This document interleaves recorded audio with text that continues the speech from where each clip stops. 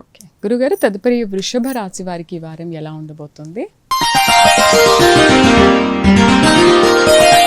వృషభ రాశి వారిని చూసుకున్నట్లయితే ఈ రాశి వారికి కూడా ఈ వారం అంతా కూడా అనుకూలమైనటువంటి వాతావరణమే ఉన్నది. కొంచెం కోపం ఉన్నప్పటికీ కూడా అనుకున్న పనులన్నీ కూడా నెరవేరుతాయి. సమాజంలో వీరికి మంచి పేరును సంపాదించి పెడుతుంది. ఈ వారంలో కూడా వీరు ఏ పని తలపెట్టినా కూడా మట్టిని పట్టుకున్నా కూడా బంగారంగా అన్నట్లుగా ఉంటుంది. మట్టి కూడా మాణిక్యం అయిపోతుంది.